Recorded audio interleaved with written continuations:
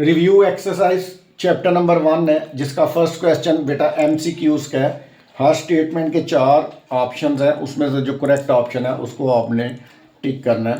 सबसे पहली स्टेटमेंट है कि √7 इज, आगे जो इसका करेक्ट आंसर होगा वो होगा इरेशनल नंबर, क्योंकि जब आप √7 फाइंड करेंगे, चाहे कैलकुलेटर यूज़ कर लें या डिवीजन मेथड से करेंगे, तो उसका आंसर आएगा 2.64571 सो ऑन।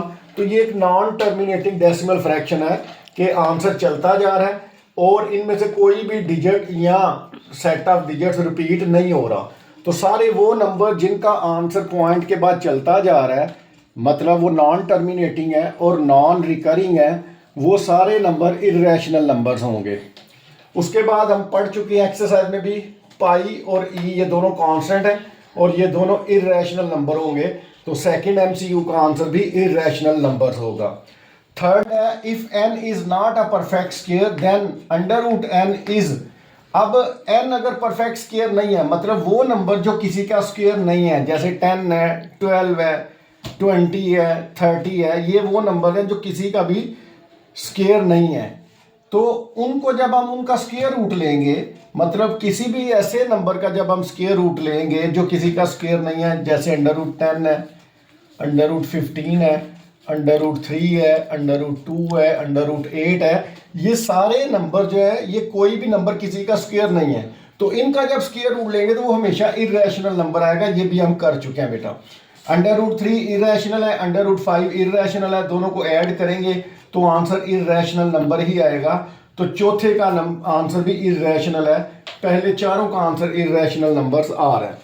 आगे वो कह रहा है for all x belongs to real numbers x is equal to x is called, एक नंबर अपने ही इक्वल होता है, तो ये जो प्रॉपर्टी है रियल नंबर्स, इसको कहते हैं रिफ्लेक्सिव प्रॉपर्टी। उसके बाद वो कह रहा है let A b c belongs to real number, कि ए बी सी तीनों रियल नंबर्स हैं, देन ए ग्रेटर देन है बी और बी ग्रेटर देन है सी। पहला दूसरे से बड़ा और दूसरा तीसरे से बड़ा है, तो इसका मतलब है जो पहला है वो तीसरे से भी बड़ा है, क्योंकि पहला दूसरे से बड़ा है, दूसरा तीसरे से बड़ा है, तो मतलब पहला सबसे बड़ा है। तो हम फिर कह सकते हैं जो पहला जो दूसरे से बड़ा है वो पहला तीसरे से भी बड़ा होगा। तो ये जो प्रॉपर्टी है इसे कहेंगे ट्रांजिटिव प्रॉपर्टी। उसके बाद 7th पार्ट आ जाता है, इसको थोड़ा सा सिंप्लीफाई कर लेते हैं। जैसे 2 की पावर दिया हुआ है x, 2 की पावर है जी x, मल्टीप्लाई बाय आगे 8 है, 8 को लिखते हैं 2 की पावर 3, क्योंकि 2 2 4 4 2 8, अगर 2 को 3 टाइम मल्टीप्लाई करें तो 8 आता है, तो 8 को लिखेंगे 2 की पावर 3, 7 पावर है x और ये दिया हुआ है 64 के इक्वल। सेम बेसिस जब मल्टीप्लाई हो तो पावर्स ऐड होती हैं, तो 2 की पावर 1x और 3x हो जाएगा 4x। 64 को जब हम फैक्टराइज करेंगे तो आपका आएगा 2⁻6। अगर बेसिस सेम हो तो एक्सपोनेंट्स भी सेम होंगे, जो 4x है वो इक्वल आ जाएगा 6 के, ये 4 इधर मल्टीप्लाई उधर जाके डिवाइड होगा तो x इज इक्वल 6/4, दोनों को 2 से कैंसिल करेंगे तो आपका आंसर आएगा 3/2। तो जो 7th पार्ट है उसको सॉल्व करेंगे तो उसका आंसर आ रहा है 3/2। 8 पार्ट में वो कह रहा है let A B belongs to real number and A is equal to B and B is equal to A, मतलब दोनों नंबर इक्वल है। तो हम पहले भी पढ़ चुके हैं, अगर एक नंबर अपने ही इक्वल होगा तो उसको कहेंगे रिफ्लेक्सिव प्रॉपर्टी। उसके बाद जो 9th पार्ट है इसका, इसको भी थोड़ा सिंप्लीफाई कर लेते हैं। जो √75 है, 75 जो है ये परफेक्ट स्क्वायर का मल्टीपल है और वो परफेक्ट स्क्वायर है 25, 25 3 आर 75, तो 75 को फैक्टर्स की शक्ल में लिख लेते हैं। इसी तरह 27 जो है इसको भी 9 मल्टीप्लाई बाय 3 लिख सकते हैं। 25 का जब स्क्वायर रूट लेंगे तो वो 5 आएगा और अंडर रूट के अंदर 3 रह जाएगा। इसी तरह 9 का जब हम स्क्वायर रूट लेंगे तो वो 3 आएगा, अंडर रूट में 3 रह जाएगा, तो 5 √3 और 3 √3, ये अगर ऐड करेंगे 5 + 3 हो जाएगा 8 √3, आपका आंसर आ जाएगा। उसके बाद लास्ट पार्ट है एमसीक्यूज का, the product of 3 + √5 3 - √5 is a rational number. कैसे? आपको पता है कि आपने फार्मूला पढ़ा है a + b × a - b, तो वो फार्मूला होगा a² - b²। 3 का स्क्वायर आ जाएगा 9 माइनस ये स्क्वायर रूट काट जाएगा 4 9 माइनस 5 9 माइनस 5 करेंगे तो आपका आंसर आएगा 4 और 4 जो है ये एक रैशनल नंबर है, इस वजह से इस एमसीक्यूज का आंसर आएगा रैशनल नंबर। रिव्यू एक्सरसाइज का क्वेश्चन नंबर 2 जो है if a is equal to 3/2, b is equal to 5/3 and c is equal to 7/5 then verify that first part में आपने प्रूव करना है कि a into B plus C is equal to A B plus A C. तो distributive property है, पहले हम ऐसे करते हैं, इसकी लेफ्ट हैंड साइड को सॉल्व करते हैं a इंटू बी प्लस सी। अब a b और c की जो वैल्यूज गिवन है यहाँ पे क्वेश्चन में वो a की जगह पे 3/2, b की जगह पे 5/3 और c की जगह पे 7/5 पुट करते हैं वैल्यूज। अब मैथमेटिकली हमें ब्रैकेट को पहले सॉल्व करना चाहिए, तो डिनोमिनेटर में 3 है और 5 है, इन दोनों का एलसीएम आएगा 15। अब 3 5 15 5 5 25 हो जाएगा, इसी तरह 5 3 15 होता है और 3 को 7 से मल्टीप्लाई करेंगे 21 हो जाएगा। मतलब आपने यहाँ पे एलसीएम को सॉल्व करना है, 3/2 इंटू 25 प्लस 21 46 हो जाएगा, ओवर में 15 है, 3 और 15 की कैंसिलेशन करेंगे, इसी तरह 2 और 46 को कैंसिल करेंगे तो आपका जो आंसर आ जाएगा 23/5 आ जाएगा। अब राइट हैंड साइड पर आपकी जो वैल्यू है वो ए बी प्लस ए सी, तो ए और बी की वैल्यू पुट करेंगे, इस तरह प्लस ए और सी की वैल्यूज पुट करेंगे, 3 से कैंसिल हो जाएगा, 5/2 आ जाएगा, यहाँ पे 7 3 21 और 5 2 10 आ जाएगा। 2 और 10 का जब एलसीएम लेंगे तो 10 आएगा, 2 5 10 और 5 को 5 से मल्टीप्लाई करेंगे 25 हो जाएगा, 10 1 10, 1 को 21 से मल्टीप्लाई करेंगे तो 21, जब दोनों को ऐड करेंगे तो आपके पास आ जाएगा 46/10, 2 से दोनों को कैंसिल करेंगे तो 23/5। लेफ्ट हैंड साइड का आंसर भी 23/5 आया है, राइट हैंड साइड का आंसर भी 23/5 आया है, तो this implies left hand side is equal to right hand side, hence proved a into B plus C is equal to A B plus A C. इसी का जो सेकंड पार्ट है, second part में आपके पास A B into C is equal to A C plus b C.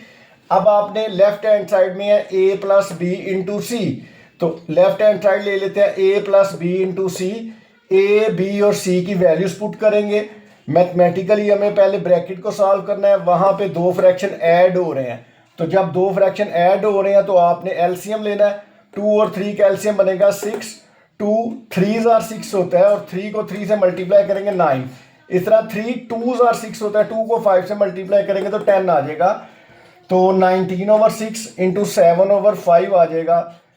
अब जब 2 fraction multiply होते हैं तो न्यूमरेटर को न्यूमरेटर से मल्टीप्लाई करना है, डिनोमिनेटर को डिनोमिनेटर से मल्टीप्लाई करेंगे, तो लेफ्ट हैंड साइड का आंसर आपके पास आ जाएगा 133/30। राइट हैंड साइड पर ए सी प्लस बी सी है, तो आप ए सी और बी सी की वैल्यूज पुट करेंगे, 7 3 21/10 हो जाएगा, यहाँ पे 5 5 से कट जाएगा तो 7/3 आंसर आ जाएगा। 10 और 3 का एलसीएम लेंगे तो 30 आएगा, 10 3 30, 3 को 21 से मल्टीप्लाई करेंगे तो 63 आएगा, इस तरह 3 10 30 होता है, 10 को 7 से मल्टीप्लाई करेंगे तो 70 आएगा, 63 और 70 ऐड करेंगे तो 133/30। तो यहाँ पे भी जो आंसर लेफ्ट हैंड साइड का आया वही राइट हैंड साइड का आया, तो हम कहेंगे hence proved a plus B into C is equal to A C plus b c. Question number 3 में if a is equal to 4/3, b is equal to 5/2 and c is equal to 7/4, then verify the associative property of real numbers with respect to addition and multiplication। तो a b c की values उसने दी हुई हैं, आपने associative property को prove करना है with multiplication और एडिशन का। तो फर्स्ट पार्ट में हम एडिशन का देखते हैं, a plus B plus C is equal to A plus B plus C.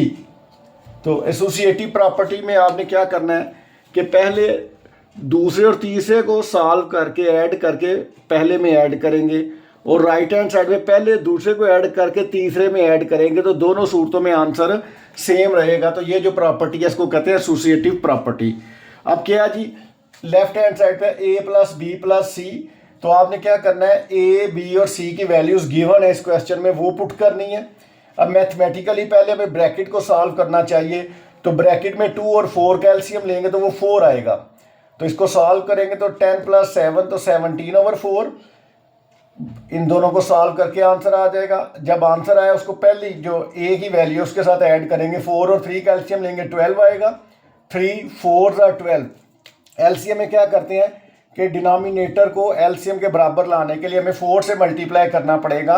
तो अगर नीचे 4 से किया तो ऊपर भी 4 से मल्टीप्लाई करते हैं, तो ये आपके पास आ जाएगा 4 4 16 आ जाएगा आपके पास ऊपर।